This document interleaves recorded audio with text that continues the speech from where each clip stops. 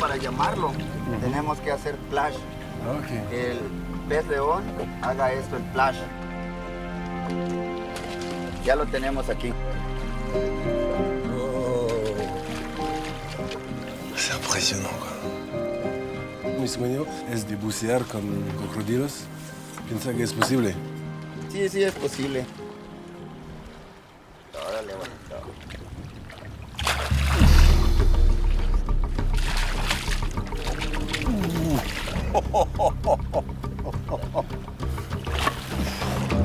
Puissance de la mâchoire. Waouh! Je sais pas si j'ai toujours envie d'y aller. ¿Estás seguro que podemos ir? Sí, sí, Sí, sí. sí podemos. No te preocupes, hay seguridad con el palo.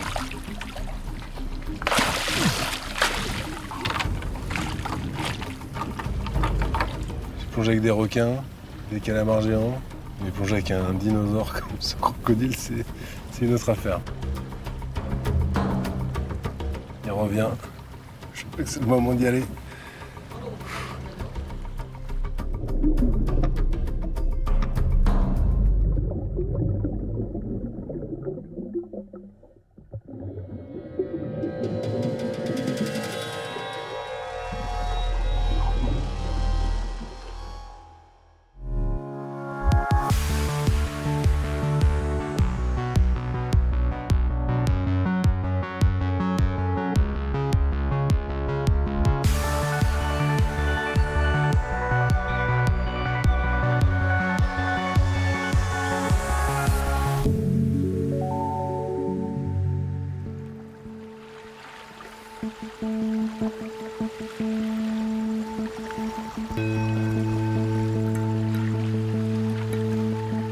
Ici, je suis à Xcalac, un petit port de la côte caraïbe mexicaine, situé tout au sud, et je cherche à rejoindre Banco Chinchorro, qui est à 30 km au large. C'est un récif corallien, parmi les mieux préservés du continent américain.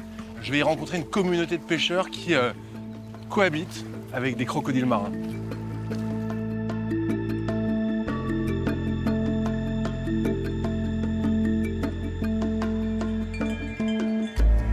J'embarque pour une traversée de 2 heures en direction du nord-est. Hola. Bienvenido. Sí, gracias. Vaquero. Sí. Hola. Hola, Santos. Jérôme.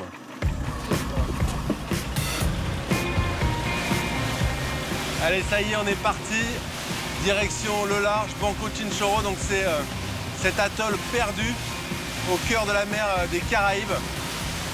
Un endroit complètement coupé du monde.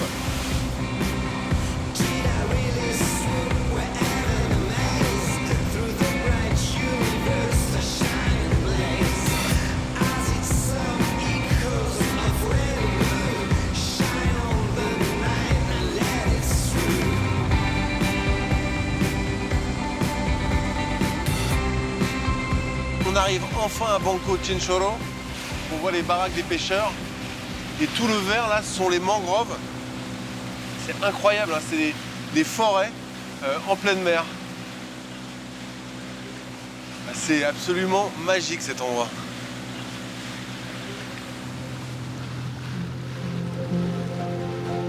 Quelques pêcheurs se sont installés ici, à l'abri de la mangrove. Depuis que l'atoll a été classé réserve de biosphère par l'UNESCO en 1997, ils sont devenus les gardiens de ce temple de la biodiversité. Je vais partager l'existence, au plus proche de la nature, de Matraca, le doyen de la communauté. Hola. Hola. Matraca. Raga. Sí. Néstor. ¿Cómo muy triste te veo, coño?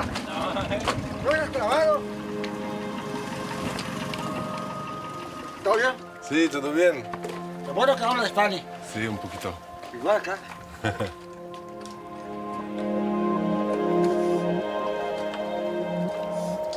Aquí es tu casa. Sí.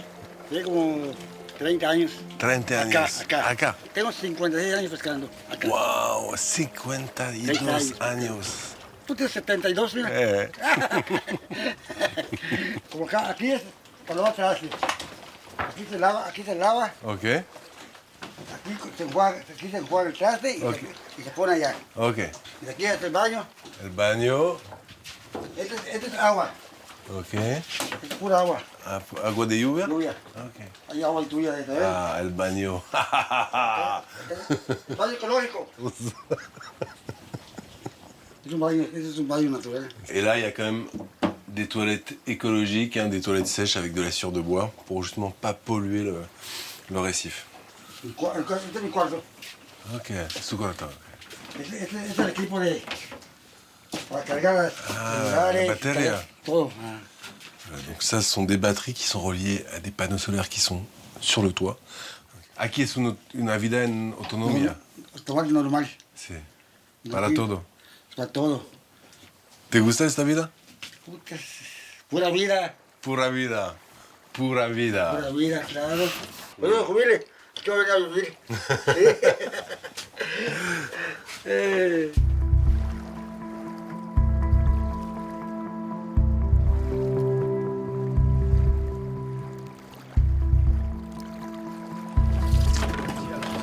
La pêche sous-marine est leur principal moyen de subsistance. Aujourd'hui, c'est un jour important pour Matraca et Lorenzo, son protégé.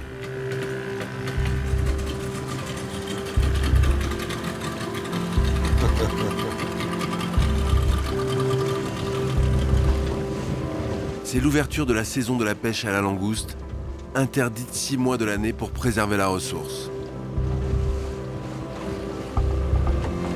Nous partons vers les récifs au large du village. Ce qui me fascine avec ces pêcheurs, c'est qu'on est vraiment complètement au large. Il n'y a pas un seul repère, ils arrivent à trouver donc le récif où ils vont pêcher. C'est souvent comme ça. Il doit y avoir un sens, quelque chose.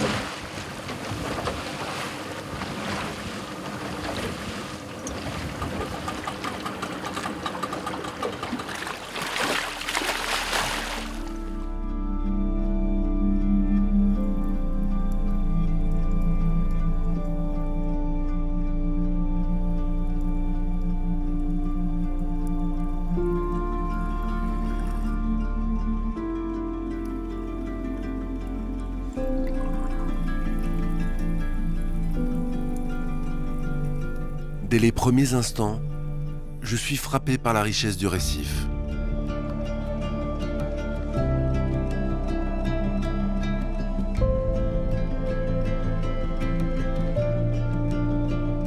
Et je comprends qu'il est possible de vivre de la mer en limitant son impact et en la respectant.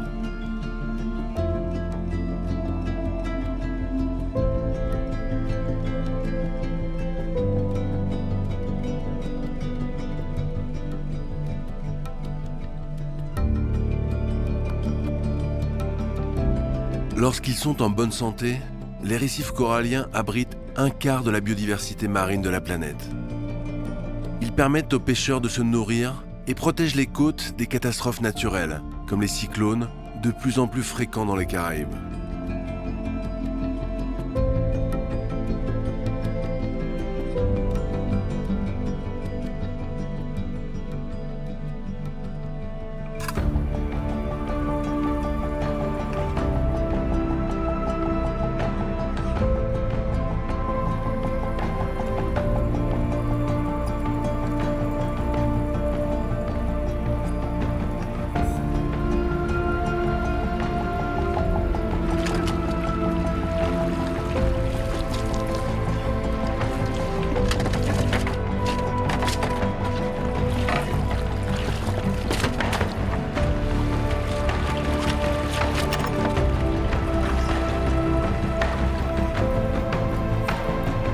Entre terre et mer, Banco Chinchorro recèle plus de 800 espèces animales et végétales, dont une centaine de coraux différents.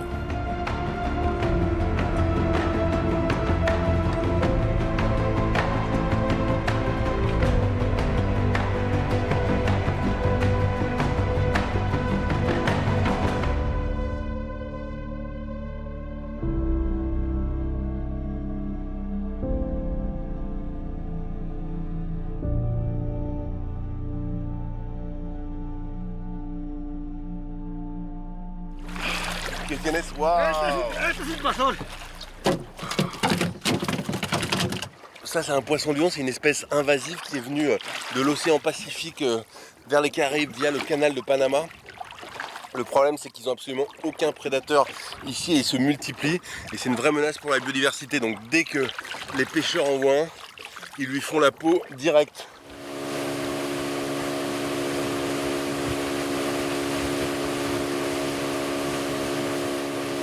Aquí, en Bonco Chicharro, es posible de pescar sin molestar al medio ambiente.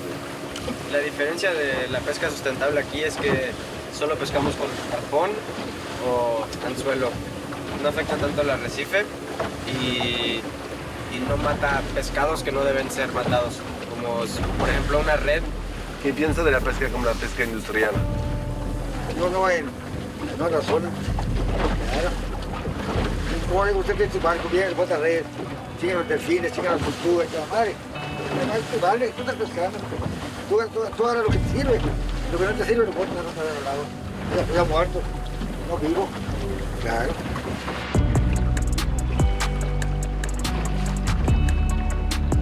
Une partie des prises sera ramenée à terre le jour même pour y être vendue. Wow. Et voilà la grosse langouste. Le reste de la pêche est partagé entre les pêcheurs et préparé sur place.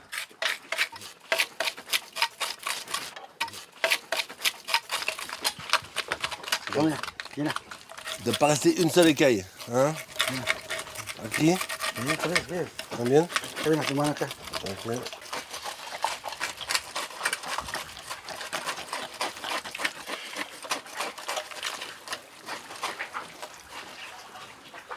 Mira, esta barracuda se comió un pez león. Ah.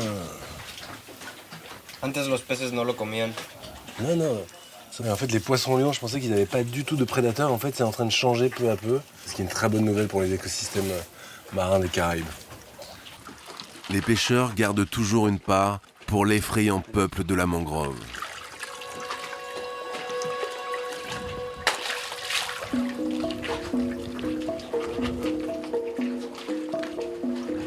Oh, ils sont énormes.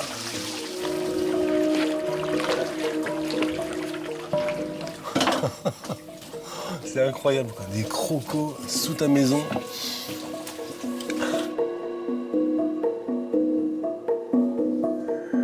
Son como mascotas. ¿Sí? Yo los crío. Yo les doy comida. ¿Y desde cuándo? Desde tiempos. Es increíble. ¿Y cuánto hay que vienen? Son 8. 8. ¿Y en la isla cuánto? Montón. 150. C'est incroyable ça. ¿Tú, Lorenzo, qué piensas de los crocodilos? Son un animal muy peligroso, pero si los respetas, te respetan. Sin naturaleza no existimos. Si no cuidamos el mar, ya no nos dará comida. Si no cuidamos los animales, ya no habrá como un ecosistema completo. Ya la vida no podrá funcionar, entonces tenemos que siempre cuidarlos.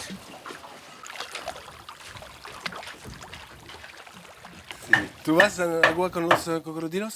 No mucho, solo como dos veces nada más. No más. No más. Yo estoy en el barco con la carnada. Eso para mí es posible de entrar en... Podemos entrar, ajá, sí, con los cocodrilos. Con los cocodrilos. Sí. Oh.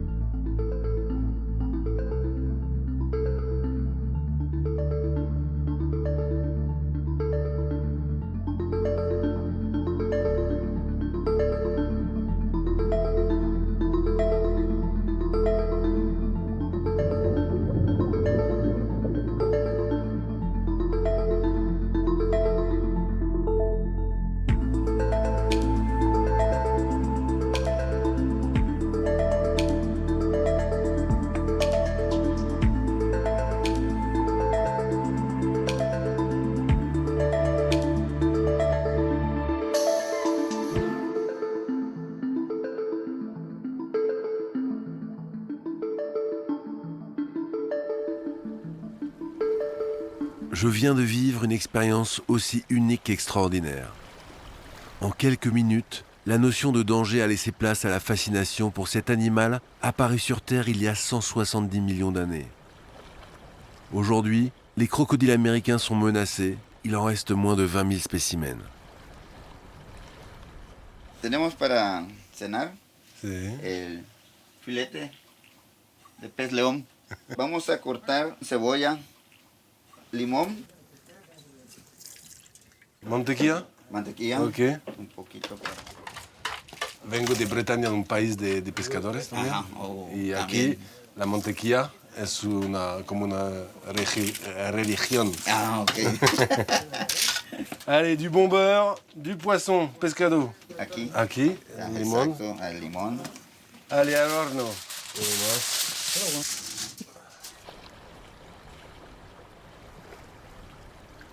¡Vamos a comer! Sí, matraca. Vamos a comer. Bon pez león. Ay, Rico, ¿eh? Rico, muy rico. Oh là là. Este pescado león es increíble. Lorenzo, dígame, ¿de dónde viene tu conciencia para el medio ambiente? Siempre desde pequeño yo no tenía permitido sacar peces muy pequeños. Mi papá me regañaba siempre que yo pescaba algo muy chico o algo así. Entonces crecí con la mentalidad de cuidar, ¿no?, el ambiente y solo pescar peces que van a ser como una pesca sustentable, que no van a afectar demasiado al ecosistema. Es como un cuidado que tienes tú conscientemente para mantener lo que nos queda. ¿Y tú, Matraca, te gusta la transmisión a los jóvenes? Hay que enseñarles a que trabajen, sepan trabajar, mostrarles cómo se hace, enseñarles que lo hagan, que después ellos ya generen su camino. Hay que buscar el modo, el trabajo que les guste más.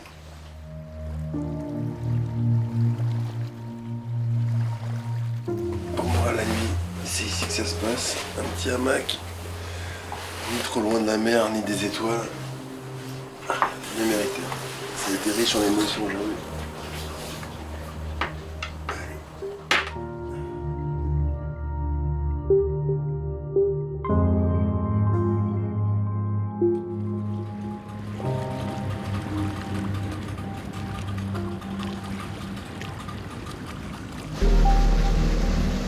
La santé du récif corallien de Banco Chinchorro est directement liée à la présence de la mangrove. Celle-ci a été entièrement détruite par l'ouragan Dean.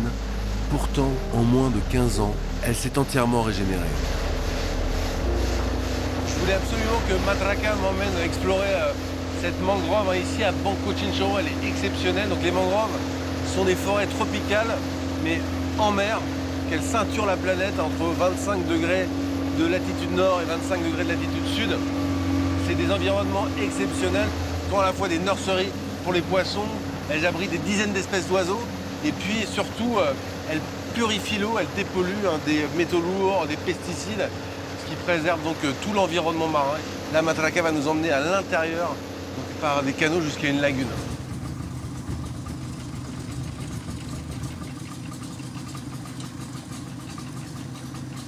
Tous les arbres qu'on voit ici sont des palétuviers. Donc il y a plusieurs espèces. Ceux-là, ce sont des palétuviers qui ont des racines en forme d'échasse qui leur permettent à la fois de pomper l'eau, de la boire et aussi de respirer. Alors, pour la boire, ils la dessalinise et on voit bien qu'il y a plein de petites feuilles jaunes sur les arbres. Ça, ce sont des feuilles qui leur servent à filtrer et à exsuder en quelque sorte le sel.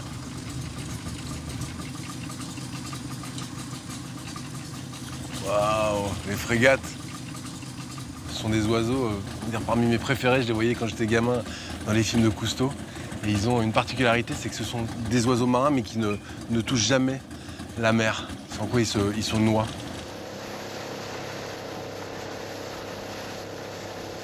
Aquí está la laguna? La laguna de Rabi. Sí. Wow.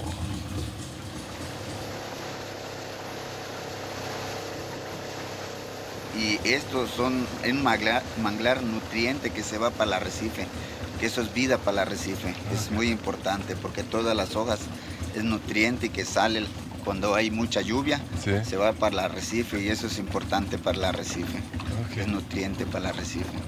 Y es bueno para los peces y que vienen también a desovar y están andando. Y cuando ya crecen, ya se van para el arrecife. Ok. Y es bueno ahorita porque veo el manglar muy vivo.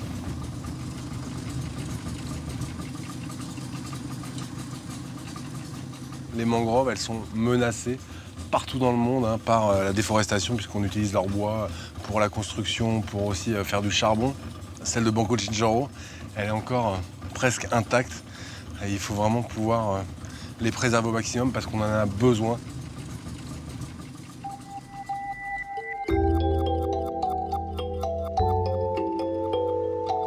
La valeur économique des services rendus par la mangrove en termes de stockage de carbone, de protection côtière contre les cyclones ou les tsunamis, de production de ressources pour la pêche, est aujourd'hui estimée à 1600 milliards de dollars par an, l'équivalent du PIB de la Russie.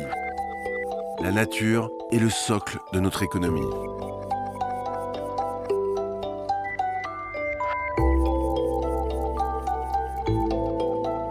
¿Te gustó el chorro? Vuelves. ¿No te gustó? No vuelves. Me gusta más, muchas gracias. ¿Te da gusto? Me gustó. Gracias. ¿Te cuidas? Ahora.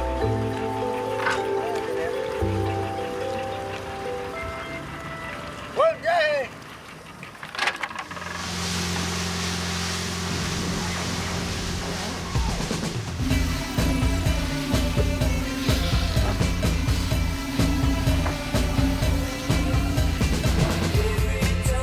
Je quitte Banco Chinchorro pour rejoindre un autre écosystème exceptionnel au cœur de la province du Yucatan. Berceau de la civilisation maya, la péninsule du Yucatan est sortie des eaux il y a 1 million d'années. Au fil des millénaires, elle s'est creusée d'un réseau gigantesque de rivières souterraines qui constituent une réserve en eau essentielle à la vie. Je suis en route vers le nord, vers le petit village de Saguancheng, et je vais rencontrer 2 explorateurs français qui vont m'emmener plonger dans les cénotes. Alors les cénotes, ce sont des puits qui mènent vers la nappe phréatique gigantesque qui se cache sous la péninsule du Yucatan. Je vous emmène pour une plongée sous la jungle.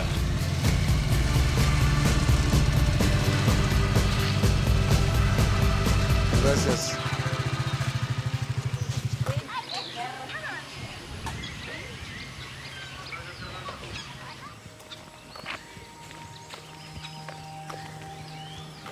Voilà.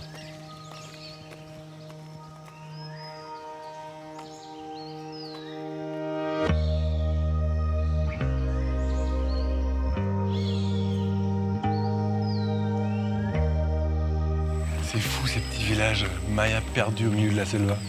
On est très loin des villes balnéaires touristiques.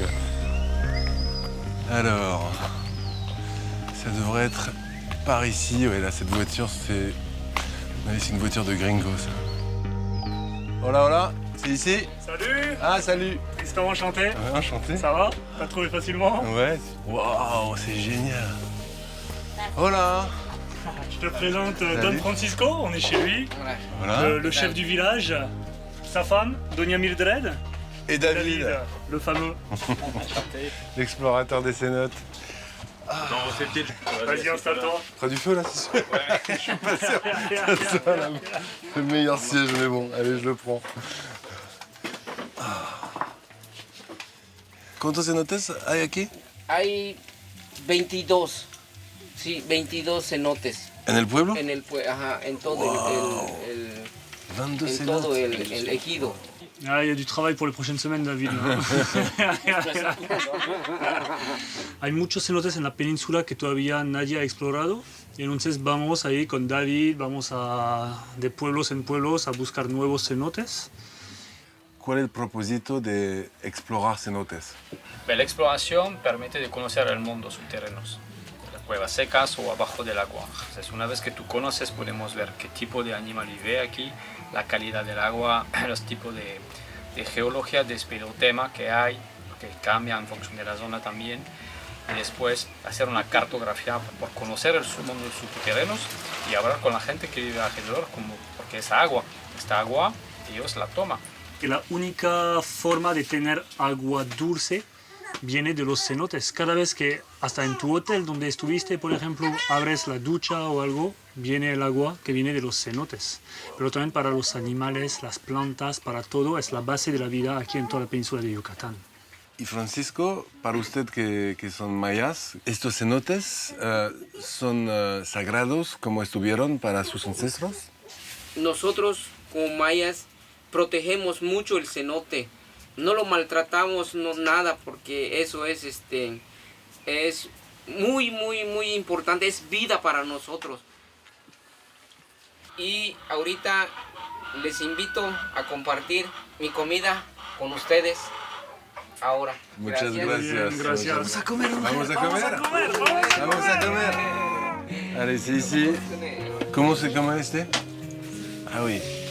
Pone la salsita.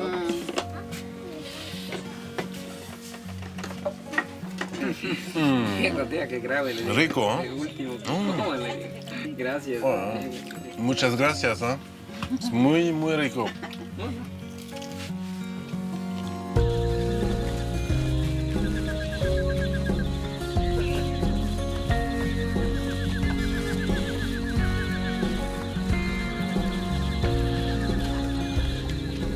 Si tu vois des chemins sur le sol là, bien dégagés, c'est des fourmis. Ouais.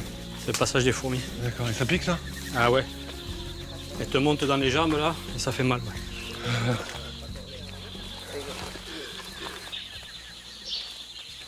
On va poser le matériel. Oh, la petite marche dans la jungle, là, avec un matos de plongée. Vamos a llegar aquí el equipo por el momento.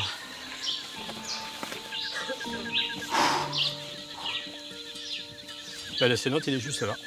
Waouh. Tu descends. Attention, là, ça glisse un petit peu. Incroyable, Sandra. C'est l'œil au milieu de la jungle, quoi. Comme des gouffres. Il faut imaginer ça, c'était une salle souterraine. Ouais. Et le plafond s'est effondré avec l'érosion de l'eau. Là, tu vois les deux arbres, là, les alamos.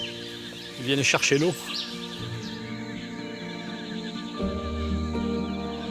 Et donc des cénotes comme ça, il y en a beaucoup dans la péninsule du Yucatan? Il y en a beaucoup, oui. Il y en a plus de 4000. On a 2000 km de galeries inondées et on a plus de 350 km de galeries sèches. 2000 km? 2000 km. C'est énorme. La péninsule du Yucatan, c'est une énorme éponge.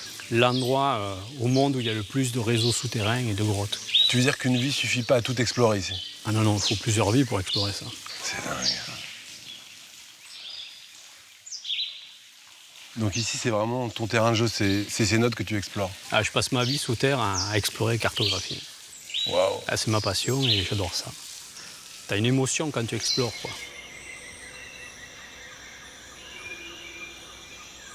Et il y a des oiseaux magnifiques ici.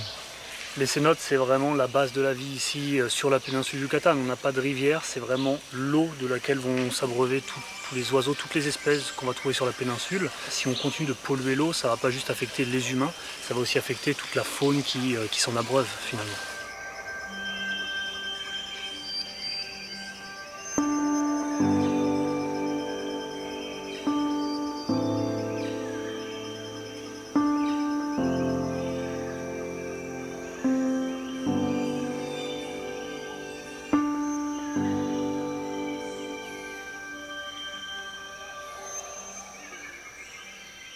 On va se préparer pour plonger. Ouais. Mais on descend comment dans le cénote là? Bah, tu vois l'arbre là, Ouais. l'alamo. On va mettre des cordes ici Ouais. et on va descendre en rappel le long des Non. racines, juste là. C'est vrai? Ouais. Il y a quoi? Il y a une quinzaine de mètres? Ouais, ça fait une petite hauteur. Ouais.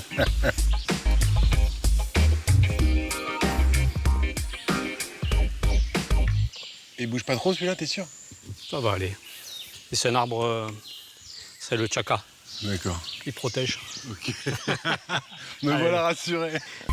Ok, tu dois avoir une petite poulie Je vais pas me tromper, tu veux dire.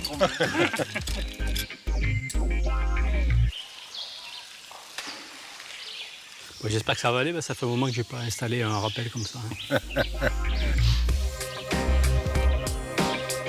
On va essayer d'être silencieux parce que j'ai vu juste un nid de guêpe en dessous là. D'accord. Pour pas se faire piquer. Attends, tu veux dire que là, pendant qu'on descend, on peut se faire attaquer par des guêpes? Ouais. La dernière fois, il est arrivé plein de catastrophes. C'est vrai? Ouais. Alors, je te montrer comment on utilise le D09 vite fait. Alors que tu me rebriefes parce que ça fait une petite quinzaine d'années que j'ai fait ma dernière descente en rappel.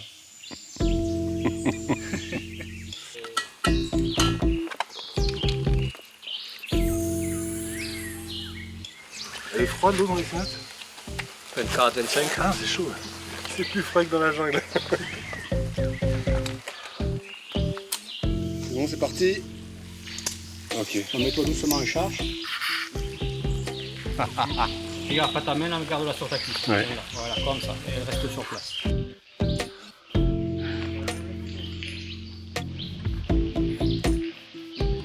Voilà, au milieu des racines là.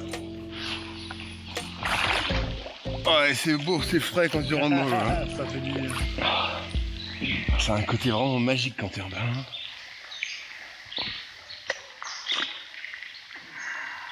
Listo!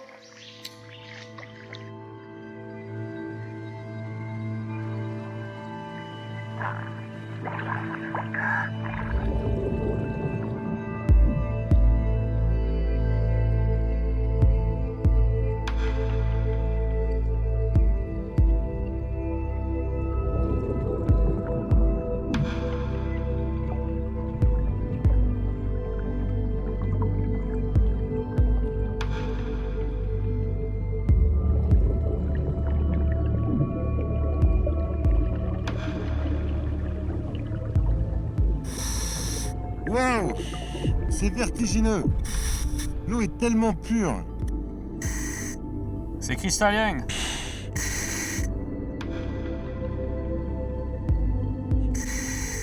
Il n'y a pas de rivière qui charge les sédiments dans les cénotes.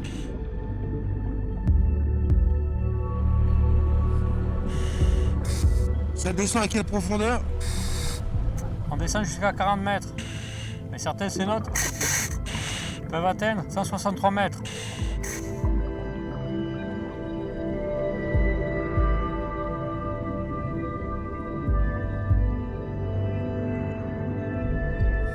Mais toutes ces stalactites, ça s'est formé comment? Ça, c'était pendant la deuxième période du Pléistocène. Entre 1 million d'années et 11 000 ans. Pendant cette période glaciaire, une partie des grottes se sont retrouvées sèches. Ça a laissé le temps à la nature de créer toutes ces concrétions.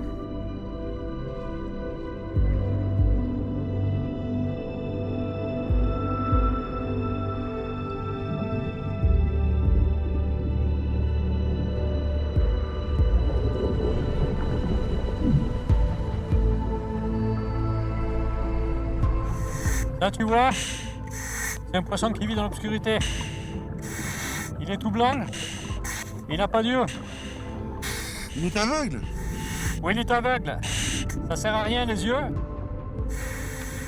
Il se repère grâce aux vibrations.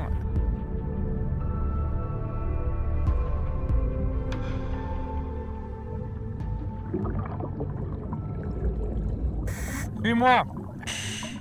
On va descendre dans la zone des 40 mètres.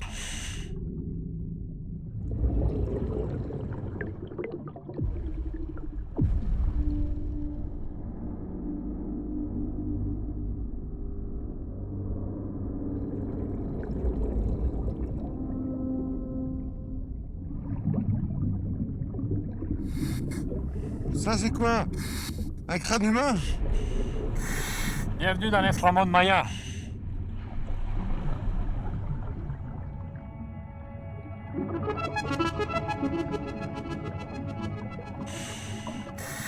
Les Mayas de l'époque préhispanique utilisaient les cénotes pour des rituels. Ici, on est peut-être face à un sacrifice. Des sacrifices? Ce que tu vois, il a la face défoncée. Mais regarde, le plus intéressant, c'est la forme de son crâne. Ah, il est un peu élargi. Ouais, c'est une personne d'Oran. Il déformait les crânes des enfants après la naissance pour des critères de beauté. Wow. Mais pourquoi est-ce qu'il se sacrifiait? Le plus souvent, c'est une offrande à un dieu. C'est comme les céramiques cassées. C'était des offrandes.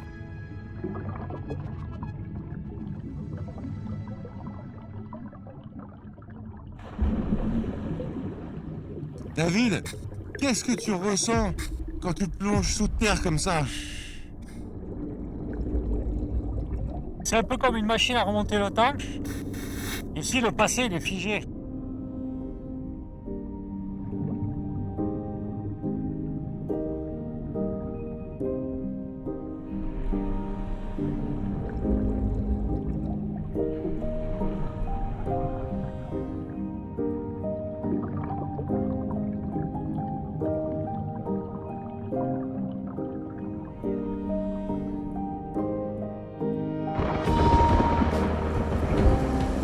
Les Mayas respectaient autant qu'ils craignaient les cénotes, source de vie et demeure des dieux. Nous sommes dans la cité balnéaire de Playa del Carmen. Je vais mesurer à quel point l'ignorance menace la planète. Tu m'emmènes où? Alors on va aller voir une association qui s'appelle Cenote Urbano, les cénotes urbains. Leur spécialité, c'est d'étudier le sous-sol de Playa del Carmen pour après protéger tout ce monde souterrain. Là, tu m'emmènes chez lui, là. Ouais, tu vas voir. Ah, c'est sympa. C'est juste là. Oh, c'est quoi ce trou? C'est un cénote. C'est un cénote au milieu des immeubles? Oui. On fait Un ça? petit casque. C'est quoi ce délire? Tu descends en premier? Ouais, allez. Il y en a beaucoup des cénotes comme ça en ville? Il y en a plus de 300 hein, en Playa del Carmen. 300?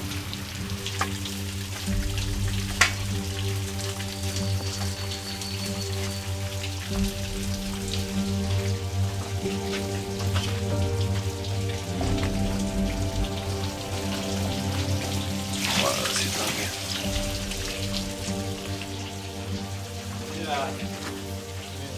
Hola, ¿qué tal? ¿Cómo estás? Bienvenidos al inframundo maya. Sí, increíble.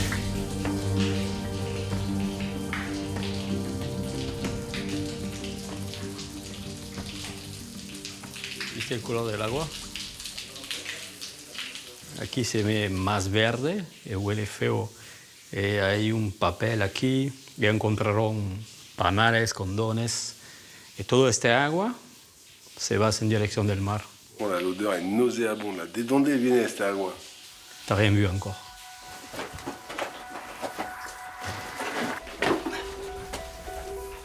Vamos a conocer otra parte de la cueva. Sí. Vamos. C'est hallucinant cet endroit. C'est un truc de malade.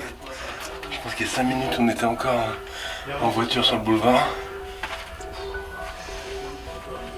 Oh, ça glisse. Ben, t'as les super chaussures là, hein. T'as les Converse de Cave. Mais en même temps tu me dis rien quoi. Surprise. C'est carrément de la spéléo là. Ah oui, là c'est de la spéléo. On va se mettre à genoux.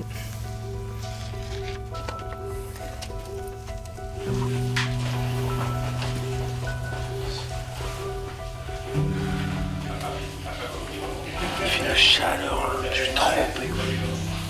D'odeur de merde.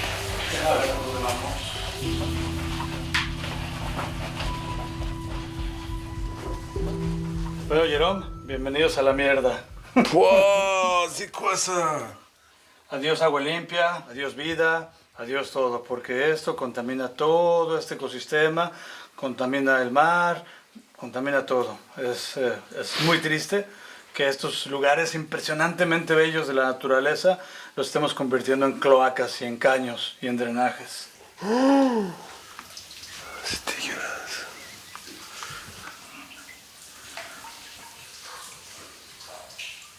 C'est dégueulasse. C'est de la merde, il y en a partout.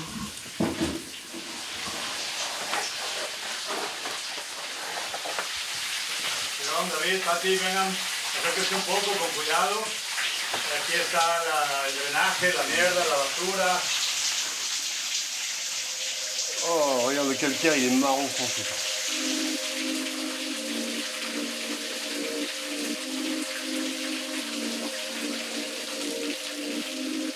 Estar aquí me rompe el corazón. Yo amo estos lugares. Son lugares espectaculares de la naturaleza, increíbles, hermosos, pero sobre todo frágiles. Son muy frágiles y estamos destruyéndolos de esta manera. ¿Cuál es el principal problema? La ignorancia. La gente que está aquí arriba no sabe que está haciendo este daño aquí abajo. Por eso es muy importante que venga la gente, que conozcan esto que está pasando, porque es la única forma en la que lo podemos evitar. Nuestra generación es importantísima porque de nosotros depende que el mundo en el futuro esté bien. Hoy tenemos que hacerlo.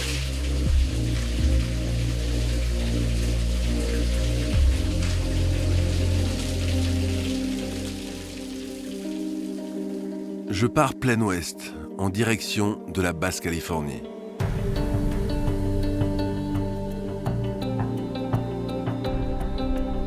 Les eaux du Pacifique sont les plus poissonneuses au monde. Elles sont aussi parmi les plus convoitées par les flottes de pêche industrielles. En un demi-siècle de surexploitation sauvage, l'océan est désormais au bord de l'épuisement.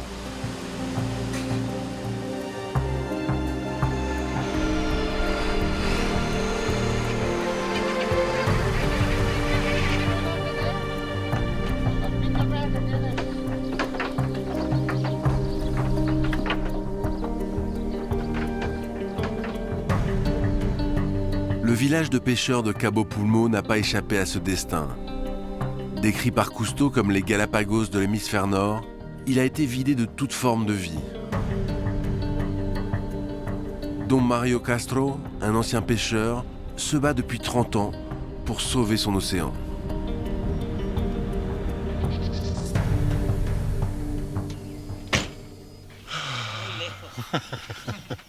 So, aquí es su casa. Sí, y tuya también. Gracias. Don Mario, can you tell me about your past as a fisherman here in Cabo Pulmo? Yo inicié de completo de pescador como a los 20 años. Era abundante. A mí también me tocó hacer mucha pesca, mucha. Usé chinchorros también. Por eso yo digo, yo fui un depredador. Fui un mal pescador. Usé palangres y sí había mucho. Pescábamos tiburones, mantarrayas, peces grandes, garropas, meros, pargos, mucho. Con chichos. These pictures are from the time where Cabo Pulmo was a fishing camp, right? Exacto. Okay.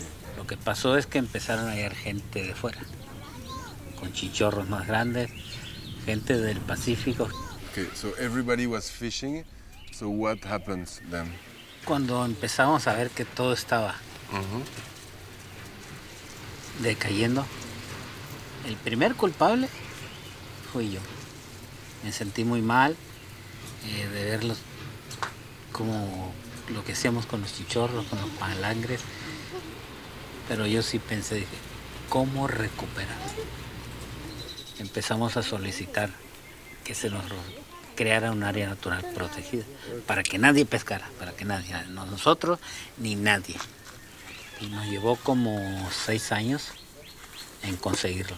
So at that time you understood you could survive by protecting the ocean, the fish and all the biodiversity, right? Me fui a San Lucas y estudiar, hacer los cursos de Dive Master, estudiar y capacitarme como un buzo profesional. Le decimos nosotros, le dimos la vuelta a la tortilla de depredadores a ecoturísticos. What do you feel yourself about having created a sanctuary like Cabo Pulmo, which is very famous in the world? Me siento muy bien en ese sentido, conforme conmigo, con mi familia, que sí hicimos las cosas bien. Es conservar algo de México y del mundo, porque los niños, las futuras generaciones vivan el arrecife, como yo lo viví de niño.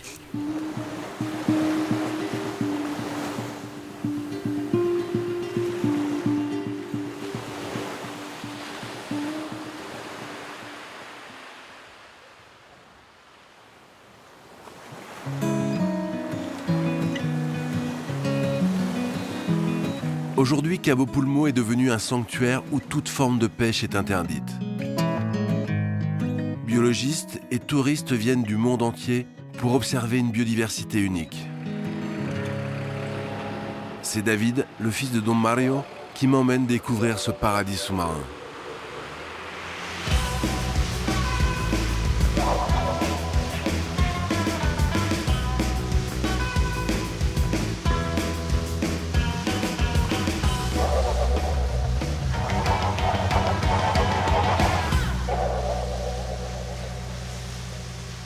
How did you get into this? Yo desde los 5 años de edad, mi papá me enseñó a bucear. Y ya, pues de ahí pues ya se vino dando todo. Crecí en una tienda de buceo. Mi juguete fueron reguladores, tanques, máscaras y visores. Y pues de ahí se vino dando todo. Y yo cuando ya tenía 14 años, yo ya le dije a mi papá y decidí que me quería enfocar en el buceo. Y de primera mano él me dijo que no, que me iba a dejar de los 18 en adelante con la única condición que fuera mejor que él, si no, no me dejaba. Y pues aquí ando.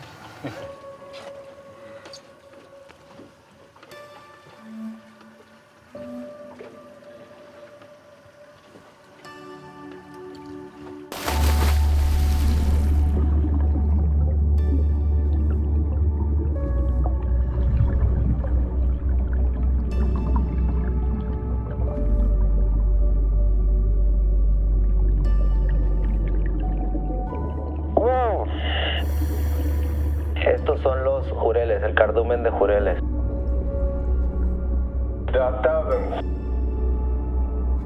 Sí, ellos se congregan en estos grandes grupos para protegerse de los depredadores.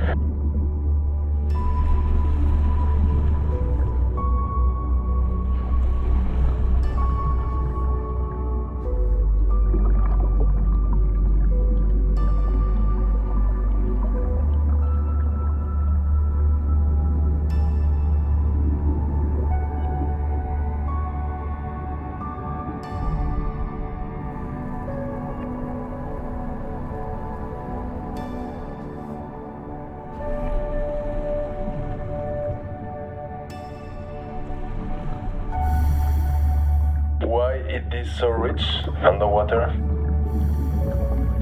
La cantidad de biodiversidad que se tiene en Cabo Pulmo es rica por las diferentes corrientes que hay en la zona. Eso hace que la biodiversidad sea rica y sea un lugar saludable.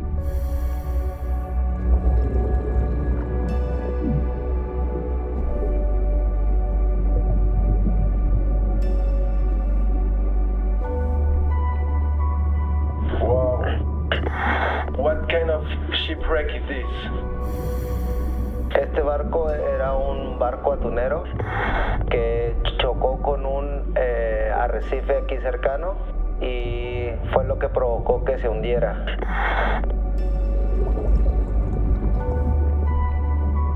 Se hundió hace más de 30 años y ahora es la casa para tiburones y peces. Bull sharks live here? Sí.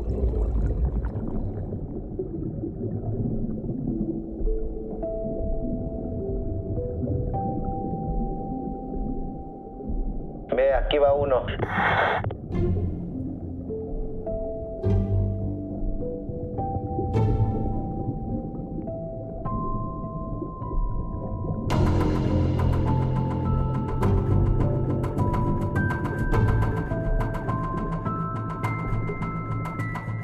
They look shy. Sí llegan a ser tímidos porque nosotros aquí no los alimentamos, como en otras partes del mundo.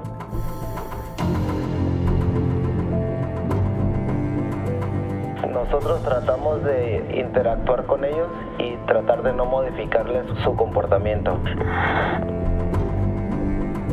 And you never have problems with those sharks. In Réunion Islands, Australia, they are opportunistic and can attack people. No, aquí no tenemos problemas con ellos. Cuando el ecosistema está en balance, hay menos problemas. Y en general, eso es lo que puede llegar a causar un problema. O igual si nosotros nos equivocamos. Y de esa forma, nosotros los respetamos y los hacemos sentir que están en casa.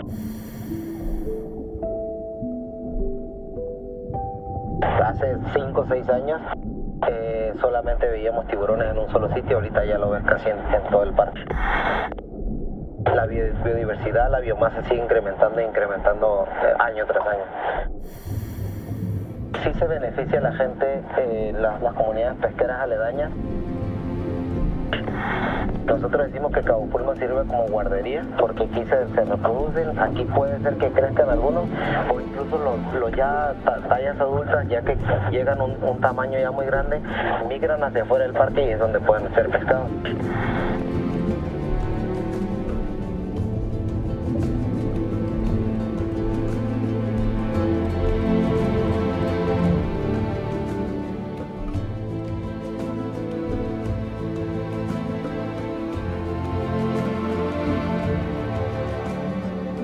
Mon aventure s'achève au large de Cabo Pulmo.